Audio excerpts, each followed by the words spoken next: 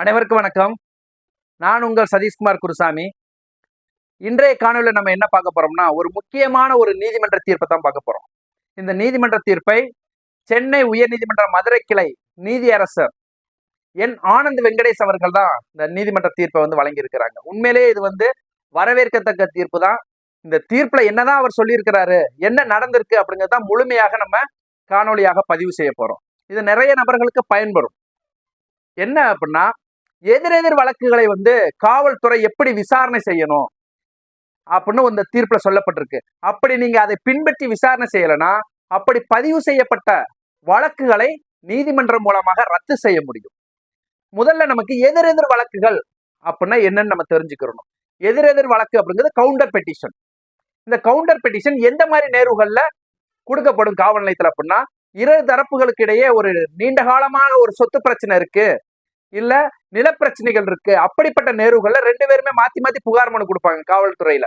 என்னுடைய நிலத்தை அபகரிக்கிறான், இல்ல என்னுடைய தோட்டத்தை அழிச்சிட்டான், என் தோட்டத்து வழியை வண்டியை கொண்டு போனான், இல்ல மோட்டாரை இது மாதிரி தவறுதலாக இயக்குறான் அப்படிங்கிற மாதிரி நிறைய புகார் மனுகள் மாத்தி மாத்தி கொடுத்துட்டே இருப்பாங்க. இப்படிப்பட்ட நேர்வுகள்ல காவல்துறை என்ன சொல்லுன்னா, இது சிவில் பிரச்சனை, நீங்க நீதிமன்றத்தை நாடி தீர்வு கண்டுக்கோங்கன்னு சொல்லும். அதை நம்ம கேட்க மாட்டோம். ஆனா காவல்துறை மூலமா இது சிவில் பிரச்சனை கிரிமினல் பிரச்சனையாக மாற்றுவதற்காக நம்ம புகார் மனு கொடுத்துட்டே இருப்போம். அந்த காவல்துறை என்ன பண்ணும் அப்படின்னா, ஏன்டா இப்படி பண்றீங்கன்னு சொல்லிட்டு, வா ரெண்டு பேரும் பெட்டிஷனை கொடு, ரெண்டு பேரும் மேலேயும் எஃப்ஐஆர் போட்டு விட்டுருத, நீயும் கோர்ட்டுக்கு போ, நீயும் கோர்ட்டுக்கு போ, நீயும் கோர்ட்ல போய் ஜாமீன் எடுத்துக்கோ, இல்ல அப்படின்னா இந்த வழக்குல நான் ரெண்டு தரப்புலையுமே நான் சார்ஜ் ஷீட்டை ஃபைல் பண்றேன், நீ போய் கோர்ட்ல போய் யாரு நிரபராதி என்பதை நீ தீர்மானம் பண்ணிக்கோ அப்படின்னு சொல்லும். இல்ல அப்படின்னா ரெண்டு பேரும் ஒரு இடத்துல அடிதடி பிரச்சனை நடக்குது. அந்த அடிதடி பிரச்சனை நடக்கும்போது ரெண்டு பேருமே போய் ஆஸ்பத்திரியில அட்மிட் ஆயிருப்பாங்க. இல்ல ரெண்டு பேருக்குமே ரத்த காயங்கள் இருக்கும், இல்ல ஊமையான காயங்கள் இருக்கும், அந்த வீக்கங்கள் மட்டுமே இருக்கும், இல்ல மருத்துவமனைக்கு போயிருக்க மாட்டாங்க. ரெண்டு பேருமே காவல்துறையில புகார் மனு கொடுப்பாங்க. அப்படிப்பட்ட நேர்வுகளை காவல்துறை என்ன பண்ணும் அப்படின்னா, எதை விசாரணை செய்வது, எதை விசாரணை செய்யக்கூடாது அப்படின்னு தெரியாம உடனே என்ன பண்ணும், ரெண்டு புகார் மனு வாங்கிட்டு ரெண்டு பேர் மேலையும் எஃப்ஐஆர் போட்டுரும். இந்த எஃப்ஐஆர் போட்டுச்சுன்னா இதை என்ன பண்ணலாம் அப்படின்னா, அதுக்கப்புறம் இன்வெஸ்டிகேஷன் பண்ணணும். ஃபர்தர் இன்வெஸ்டிகேஷன் பண்ணி எதுல உண்மைத்தன்மை இருக்கோ அதை சார்ஜ் ஷீட்டா ஃபைல் பண்ணுவாங்க. உண்மைத்தன்மை இல்லை அப்படின்னா அதை எம்எஃப் பண்ணுவாங்க, அதாவது மிஸ்டேக் ஆஃப் ஃபேக்ட்னு சொல்லிட்டு அந்த பொறுமை தவறின் அடிப்படையில இது பதிவு செய்யப்பட்டிருக்குன்னு சொல்லி அதை ரத்து பண்ணுவாங்க. ரத்து செய்யணும் அப்படின்னா சம்பந்தப்பட்ட நபருக்கு அவங்க அறிவிப்பை கொடுத்துட்டு ரத்து செய்யணும். ரத்து செஞ்சவங்க அந்த பொய் புகார் கொடுத்தவங்க மீது ஏன் நடவடிக்கை எடுக்கக்கூடாதுன்னு அதெல்லாம் தெரிவிச்சிருக்கணும். இந்த மாதிரி இதெல்லாம் நிறைய காணொலிகள் நம்ம பதிவு செஞ்சிருக்கோம். சரி, இந்த வழக்குல என்ன சொல்லப்பட்டிருக்கு அப்படின்னா, இது தூத்துக்குடி மாவட்டம் கழுகுமலை காவல் நிலையத்துலதான் இந்த வழக்குகள் பதிவு செய்யப்பட்டிருக்கு. இந்த கழுகுமலை காவல் நிலையத்துல எதிரெதிர் வழக்குகள் பதிவு செய்யப்பட்டிருக்கு. மதன்குமார் என்பவருக்கும் முரளிதரன் என்பவருக்கும் கிட்டத்தட்ட ஒரு 25 வருடங்களாக ஒரு நிலப்பிரச்சனைகள் நிலவிக்கிட்டே இருந்திருக்கு. மதன்குமார் என்பவர் சென்னையில ஒரு கப்பல் கட்டும் தொழிற்சாலை ஏதோ ஒரு இடத்துல வேலை பார்க்கிறாரு. 2 மாதங்களுக்காக லீவுக்காக ஊருக்கு போயிருக்கிறாரு. இந்த ஊருக்கு போன நேரத்துல இந்த சொத்து பிரச்சனை நடக்குது பாத்தீங்கன்னா, நிலப்பிரச்சனை கிட்டத்தட்ட 25 வருஷமா நடக்குது. இதுல அந்த ஊர்ல இருக்கக்கூடிய பஞ்சாயத்து தலைவராக இருக்கக்கூடிய தினேஷ்குமார் என்பவர், பிரசிடென்ட் தினேஷ்குமார், அந்த முரளிதரன் என்பவருக்கு ஆப்போசிட் பார்ட்டிக்கு சாதகமாக செயல்படுறாரு. இவர் தான் அவருக்கு எல்லா விஷயத்தையும் பண்ணி கொடுக்குறாரு அப்படின்னு சொல்லி இந்த மதன்குமாருக்கு கோபம் வருது. இந்த மதன்குமார் என்ன பண்றாரு அப்படின்னா, பேஸ்புக்ல ஒரு விமர்சனம் பண்றாரு முகநூல்ல. இது மாதிரி முரளிதரன், எனக்கும் முரளிதரனுக்கு சொத்து பிரச்சனை இருக்கு, இந்த பஞ்சாயத்து பிரசிடென்ட் ஆகிய தினேஷ்குமார் என்ன பண்றாரு, இந்த முரளிதரனுக்கு சாதகமாக செயல்படுறாரு அப்படின்னு சொல்லி பேஸ்புக்ல 17/5/2023 அன்று பதிவு செய்யறாரு. இதை பார்த்த அந்த தினேஷ்குமார் பஞ்சாயத்து பிரசிடென்ட் என்ன பண்றாரு அப்படின்னா, இதை சம்பந்தமாக புகார் மனு காவல் நிலையத்துல கொடுக்கிறாரு. சரி, புகார் மனு மட்டும் கொடுத்தது அல்லாமல் அந்த மறுநாள் 18/5/2023 அன்று இந்த மதன்குமார் என்ன பண்றாரு, ஊருக்கு போவதற்காக தனது நண்பரோட பஸ் ஸ்டாண்டுக்கு போயிட்டு இருக்கிறாரு. போக வழியில இந்த தினேஷ்குமார் பஞ்சாயத்து பிரசிடென்டரும் அவர் பக்கத்துல இருக்கக்கூடிய இன்னும் கூட ஒரு 4 நபர்கள் சேர்ந்து இந்த மதன்குமாரை இடைமறிக்கிறாங்க. இடைமறிச்சுட்டு, நீ ஏன் என் மேல இந்த பேஸ்புக்ல ஒரு அவதூறு பரப்புற அப்படின்னு சொல்லி பேச்சுவார்த்தைகள் நடந்துகிட்டே இருக்கும்போது அடிதடியாக அது மாறுது. மாறின உடனடியாக அந்த தினேஷ்குமார் என்ன பண்றாரு, காவல் நிலையத்துல போய் இரவு 7:15 இந்த இன்சிடென்ட் நடக்குன்னு சொல்லி ஒரு புகார் மனுவை கொடுக்கிறாரு. கொடுத்ததுக்கு அந்த மதன்குமார் மேல வழக்கு பதிவு செய்யப்படும். 17ல விமர்சனம் பண்றாரு. 18/5/2023 அன்று இந்த அடிதடி பிரச்சனை நடக்குது. அடிதடி பிரச்சனைக்கு உடனே வந்த பஞ்சாயத்து பிரசிடென்ட் தினேஷ்குமார் புகார் மனு கொடுத்த உடனே மதன்குமார் மேல ஒரு எஃப்ஐஆர் பதிவு செய்யறாங்க. அந்த எஃப்ஐஆர் நம்பர் என்னன்னு பாத்தீங்கன்னா 83/2023. தேதி 18/5/2023. உடனடியாக இந்த மதன்குமார் என்ன பண்றாரு, அந்த 4 நபர்கள் இவரை தாக்குறாங்க.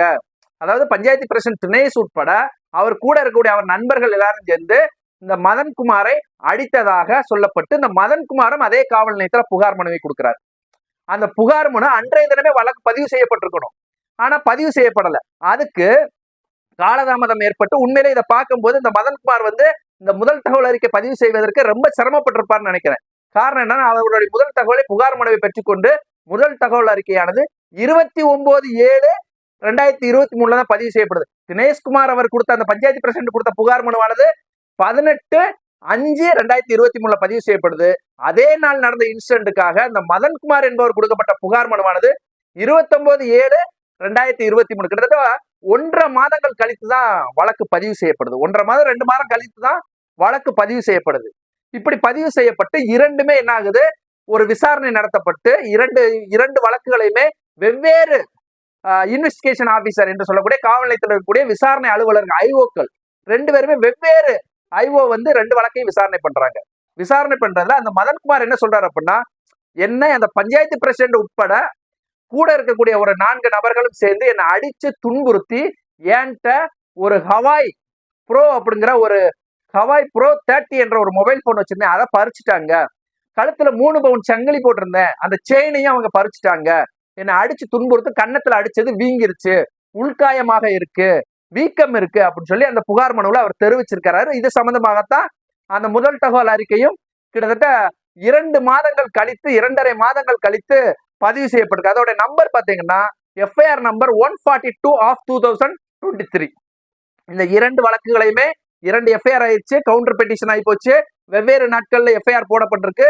இரண்டையுமே தனித்தனி ஒரு இன்வெஸ்டிகேஷன் ஆபீசர் ஒரே ஐஓ விசாரிக்காம வேற வேற ஐஓக்கள் விசாரணை செஞ்சு இரண்டையுமே என்ன பண்றாங்க, எஸ்டிசி என்று சொல்லக்கூடிய ஸ்மால் கேலண்டர் கேஸாக பதிவு செஞ்சு ரெண்டையுமே தூத்துக்குடி மாவட்டம் கோயில்பட்டி ஜுடிஷியல் மேஜிஸ்ட்ரேட்ல ரெண்டையுமே சார்ஜ் ஷீட் ஃபைல் பண்ணியிருக்காங்க. 2 எஃப்ஐஆருமே சார்ஜ் ஷீட்டாக கன்வெர்ட் பண்ணி அங்க வழக்காக பதிவு செய்யப்படுது. இதை உடனே அந்த மதன்குமார் என்பவர் சென்னையில வேலை பார்க்காரு பாத்தீங்களா, அவரு இது உண்மையிலே ஒரு பொய் கேஸ் என் மேல கொடுக்கப்பட்டது, அந்த எஃப்ஐஆர் நம்பர் 83 இருக்கு பாத்தீங்களா, இது பொய் கேஸ், என் மேல திட்டமிட்டு கொடுத்துருக்காங்க, நான் தான் அடி வாங்கியிருக்கிறேன், இந்த 4 பேர் சேர்ந்து என்ன அடிச்சாங்க, என் சங்கிலியை பறிச்சுட்டாங்க, என்னுடைய மொபைல் போனை பறிச்சுட்டாங்க, நான் எப்படி 4 பேர் அடிச்சிருக்க முடியும்? ஆனா இதுல காவல்துறை ஒருதலை பட்சமாக செயல்பட்டு அவங்க புகார் மனுவை ஃபர்ஸ்ட் பெற்றுக்கொண்டு வழக்கு பதிவு செஞ்சிருக்கு. என்னுடைய புகார் மனுவை பதிவு செஞ்சு வழக்காக பதிவு செய்வதற்கு எஃப்ஐஆர் போடுவதற்கு காலதாமதம் கிட்டத்தட்ட ஒரு 2.5 மாசம் எடுத்திருக்கிறாங்க அப்படின்னு சொல்லி சென்னை உயர்நீதிமன்றத்துல அந்த அவர் மேல் பதிவு செய்யப்பட்ட வழக்கு என்னான 83 கிரைம் நம்பர் எஃப்ஐஆர் நம்பர் 83/2023 ரத்து செய்ய சொல்லி ஒரு வழக்கு தொடுக்கிறாரு. இது மாதிரி பஞ்சாயத்து பிரசிடன்ட் கொடுத்த கம்ப்ளைண்ட் பொய்யான கம்ப்ளைண்ட், இதை நீங்க ரத்து செய்யணும் அப்படின்னு சொல்லி இது சென்னை உயர்நீதிமன்றத்துல கிரிமினல் ஓபி நம்பராக பதிவு செய்யப்பட்டிருக்கு. அந்த நம்பர் என்னன்னு பாத்தீங்கன்னா 16,975/2023 இதுல பதிவு செய்யப்படுது. இந்த வழக்கை அந்த நீதியரசர் சென்னை உயர்நீதிமன்ற மதுரை கிளையோடைய நீதியரசர் என் ஆனந்த் வெங்கடேஷ் அவர்கள் விசாரணைக்கு எடுத்துக்கிறாங்க. விசாரணைக்கு எடுத்துக்கிட்டு அவர் என்ன சொல்றாங்க அப்படின்னா, உண்மையிலேயே இந்த வழக்கை பார்க்கும்போது எனக்கே ஒரு கேள்வி வருது, என்ன அப்படின்னா ரெண்டுமே எதிரெதிர் வழக்குகள். அப்ப ஒரு வழக்கின் புகார் மனுவை நீங்க உடனே அன்றைய தினமே நீங்க போட்டிருக்கீங்க, பஞ்சாயத்து பிரசிடன்ட் கொடுத்தத, இந்த மதன்குமார் கொடுத்தது கிட்டத்தட்ட 2.5 மாதங்கள் கழித்து நீங்க வழக்கு பதிவு செஞ்சிருக்கீங்க. இதுல எனக்கு ஏதோ ஒரு சந்தேகங்கள் இருக்கு, உண்மையிலே இதுல இன்வெஸ்டிகேஷன் நடந்திருக்கா அப்படின்னு சந்தேகங்கள் இருக்கு. இதையும் தாண்டி எதிரெதிர் வழக்குகளை ஒரே இன்வெஸ்டிகேஷன் ஆபீசர் தான் விசாரிக்கணும் அப்படின்னு சொல்லி ஏற்கனவே ஒரு தீர்ப்பு இருக்கு. The Balaji and others versus state of representative அந்த இன்ஸ்பெக்டர் ஆஃப் போலீஸ் அப்படிங்கிற ஒரு வழக்கு இருக்கு. அந்த வழக்கை உங்களுக்கு தெரியுமா தெரியாதா? காவல்துறைக்கு இது மாதிரி நீதிமன்றங்கள் பல தீர்ப்புகள் கொடுக்குறோம், எதையுமே நீங்க பின்பற்ற மடக்கிறீங்க. அப்ப இந்த வழக்கை மேற்கோள் காட்டி நீங்க ஒரே வழக்கை ஒரே சம்பவம் 2 வழக்குகள் அதை ஒரே ஆள் தானே விசாரணை செய்யத்தானே உண்மைத்தன்மை எதுல இருக்கு இல்லைன்னு தெரியும். எப்படி 2 ஐஓக்கள் நீங்க விசாரணை செஞ்சீங்க? அப்ப இவர் தனியா விசாரணை செஞ்சாரு, இவர் தனியா விசாரணை செஞ்சாரா? ஒரு சம்பவத்தை எப்படி 2 இன்வெஸ்டிகேஷன் ஆபீசர் விசாரணை செஞ்சு சார்ஜ் ஷீட் ஃபைல் பண்ண முடியும்? இதுல என்ன சாத்தியக்கூறு இருக்கு? எனக்கு இதுல ஏதோ சந்தேகங்கள் இருக்கு, இதுல ஏதோ நீங்க தப்பு பண்ணிருக்கீங்க காவல்துறை, இதுல சரியான நீங்க விசாரணையை மேற்கொள்ளல. நீங்க ஏற்கனவே அந்த the Balaji and others versus the state of representative இந்த இன்ஸ்பெக்டர் இருக்காங்க பாத்தீங்களா, இந்த வழக்கில் நீங்க சொல்லப்பட்ட வழிகாட்டுதலை நீங்க பின்பற்றல. ஆகையால் நான் என்ன பண்றேன் அப்படின்னா, ஒரே வழக்கை 2 வெவ்வேறு இன்வெஸ்டிகேஷன் ஆபீசர் விசாரணை செஞ்சதுனால, ஏற்கனவே விசாரணை செஞ்சு சார்ஜிட்டாக கோயில்பட்டி லோக்கல் ஜுடிஷியல் மேஜிஸ்ட்ரேட்டை நீங்க கொடுத்து விசாரணை நடந்துட்டு இருக்கு. அந்த விசாரணையை நான் ரத்து பண்றேன். இந்த எஃப்ஐஆர் மட்டும் இல்ல, எஃப்ஐஆர் சார்ஜிட் அந்த வழக்கு எல்லாத்தையுமே நான் ரத்து பண்ணிடுறேன். இதுல இவர் கேட்ட மதன்குமார் கேட்டார்ல, என் மேல போட்டிருக்க, அதை மட்டும் நான் ரத்து பண்ணல. வெவ்வேறு இன்வெஸ்டிகேஷன் ஆபீசர் விசாரணை செஞ்சதுனால 2 வழக்குகளையுமே நான் ரத்து பண்ணிடுறேன் அப்படின்னு சொல்லி ஒரு சிறந்த ஒரு தீர்ப்பு வழங்கி இருக்கிறார். உண்மையிலே இனி வரும் காலங்களில் நம்ம நிறைய இந்த எதிரெதிர் வழக்குகளை சந்திப்போம். கிராமப்புறங்கள் இந்த எதிரெதிர் வழக்கு என்பது ஒரு சாதாரணமா நடக்கக்கூடிய ஒரு இயல்பு. அப்படி எதிரெதிர் வழக்குகளை ஒரே இன்வெஸ்டிகேஷன் ஆபீசர் தான் விசாரிக்கணும். ஏன்னா சம்பவமானது 1, வழக்கானது 2. அப்ப இவங்க கொடுத்த புகார் மனு இவர் தான் வாங்கியிருப்பாரு, இவங்க கொடுத்த புகார் மனு இவர் தான் வாங்கியிருப்பாரு. அப்ப 2யுமே இவர் வாங்கி எஃப்ஐஆர் ஆக பதிவு செஞ்சிருப்பாரு. அப்ப அவர் என்ன பண்ணணும், 2யுமே அவரே இன்வெஸ்டிகேஷன் பண்ணணும். சம்பவம் நடந்த இடம் 1 தானே. இப்ப சம்பவம் நடந்த இடம் வேற வேற ஆட்கள் இன்வெஸ்டிகேஷன் பண்ணலாம்.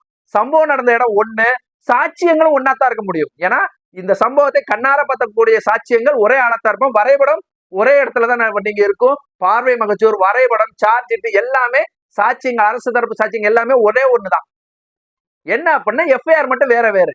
இப்படிப்பட்ட நேர்வுகள்ல இந்த மாதிரி சம்பவங்கள் நடந்திருந்து வெவ்வேறு இன்வெஸ்டிகேஷன் ஆபீசர்ஸ் விசாரணை பண்ணியிருந்தாங்கன்னா, நீங்க இந்த வழக்கை மேற்கோள் காட்டி நீங்க தாராளமாக அதை குவாஷ் பண்ண சொல்லி நீங்க சென்னை உயர்நீதிமன்றத்தையோ இல்ல சென்னை உயர்நீதிமன்ற மதுரை கிளையையோ நீங்க நாடலாம். இது நமக்கு சாதகமாக நடக்கும்.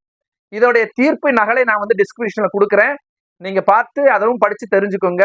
இது ஒரு நல்ல ஒரு தீர்ப்பு தான். இது எல்லாத்துக்கும் பயன்படக்கூடிய தீர்ப்பு. மீண்டும் இதுபோல் ஒரு தீர்ப்பை நம்ம மேற்கோள் காட்டி நம்ம பேசுவோம்.